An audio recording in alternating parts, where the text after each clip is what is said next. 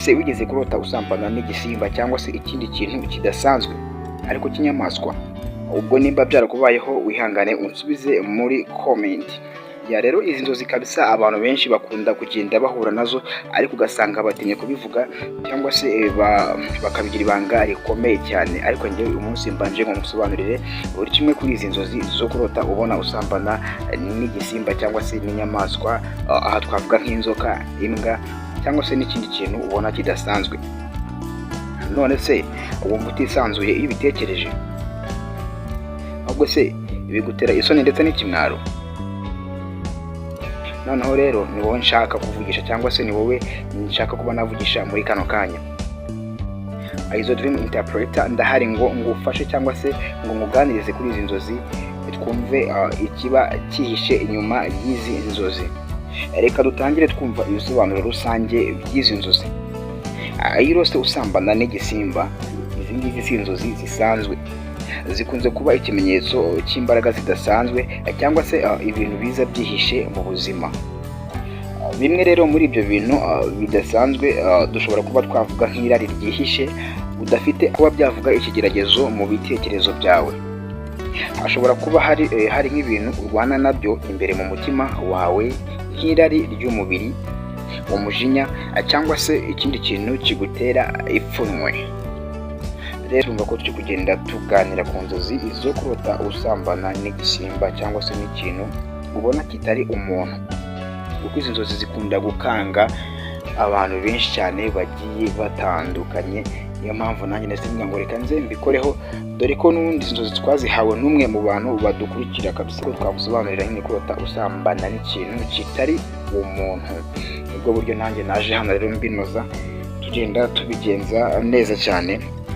Ariko nanone kurota izi nzozi ngo hari n'abavuga yuko bishobora kuba ikimenyetso cy'imyuka mibi, cy'umugore cyangwa se umugabo wo mu mwuka uzwi nka Incubus ndetse na Succubus, bigatuma ubura amahirwe mu rukundo ndetse no mu buzima bwawe bwa buri munsi. Dukomeze n'izi nzozi zacu, reka turebere hamwe ubwoko bw'ibisimba ndetse n'icyo bivuze. Reba ibimenyetso byihariye. Reka duhere ku nzoka. Iyo urose usambana n'inzoka biba bishatse kuba byavuga iki? Ahangaha bagenekereje cyangwa se tugenekereje irari ry'ibanga, uburiganya cyangwa se umwuka mubi ugukurikirana. Naho iyo urose usambana n'imbwa, nabyo reka turebere hamwe icyo bishatse kuba byagenda bivuga. Biba bishatse kuba byavuga yuko ukoresha imbaraga mu buryo butari bwo, cyangwa se ushobora kuba uri mu rukundo rudafite ubusobanuro, cyangwa se urukundo nyine rutayifeya mu ndimi z'iyi minsi, cyangwa rutameze neza cyane. Reka dukomeze tugenda tureba wenda nk'ingwe, kurota usambana n'ingwe cyangwa se intare, mu byo bishatse kuba byavuga yuko ngo biba ari ugushukwa n'imbaraga z'inyuma. Ushobora kuba uri mu moshya ukeneye kwitondera.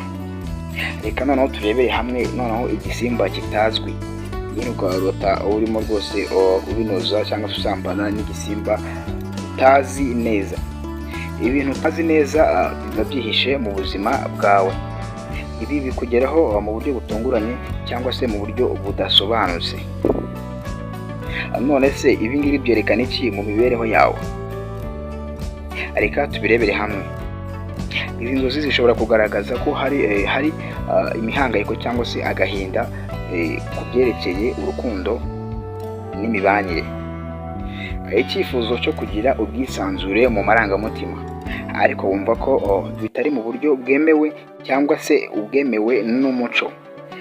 Ikindi, imyitwarire ushobora kuba warabayemo cyangwa se warahuye nayo mu mateka yawe, nko gufatwa ku ngufu cyangwa se gutinya intimba yo kuba wenyine. None se mu myizerere ya gikristo izi nzozi bazivugaho iki? Niba wifuje kubimenya, komeza wumve kino kiganiro kugeza kigeze ku musozo. Hari abemera ko izi nzozi ari ibimenyetso by'imyuka mibi ibangamira umuntu. Umuntu akabaho ameze nk'umuntu ufite umugabo cyangwa se umugore wo mu mwuka. Kandi nanone ibi ngibi bigira ingaruka zikomeye cyane nko mu rukundo, mu kazi, yewe no ku bwenge Muri make umuntu ahora afite ibibazo bitagira impamvu cyangwa se ibibazo wumva bifite impamvu zidafatika, kandi koko rwose usanga bijya bibaho cyane, ugasanga umuntu uwo munsi wose cyangwa igihe cyose aba afite ibibazo utamenya, afite ibibazo nk'ijana utamenya ngo impamvu ni izihe, zinafatika. Icyo gihe rero rwose ndaje mpite nkubwira ikintu ugomba gukora igihe wumva umeze gutyo cyangwa se igihe bimeze bityo. Hari n'abandi bavuga yuko rwose izi nzozi zo kurota ubona usambana n'ibintu by'inyamaswa ngo bishobora kuba biva cyangwa se bishobora kuba bituruka mu buryo bw'imivumo cyangwa se imbaraga z'imyuka mibi y'urugo, cyangwa nanone bikaba ari ibintu by'inkomoko. Noneho reka turebere hamwe icyo wakora nyuma yo kurota izi nzozi. Rwose kano gace ndabizi ko mugakunda muri benshi cyane.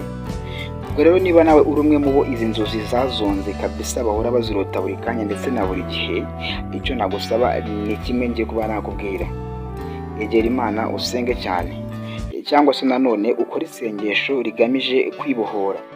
Ikindi kandi kinakomeye cyane abantu benshi bakunda kuba bakora, hindura ibyo ureba ndetse n'ibyo utekereza mbere yo kuba ugiye kuryama.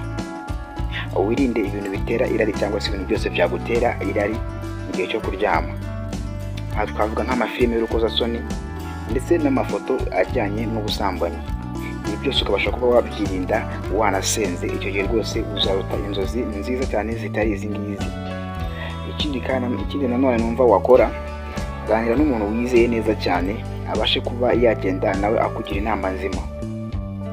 Nanone kandi ushobora kuba waganiriza Aizo Dream Interpreter, nanjye nkaba nagenda mbigufashamo cyane kabisa.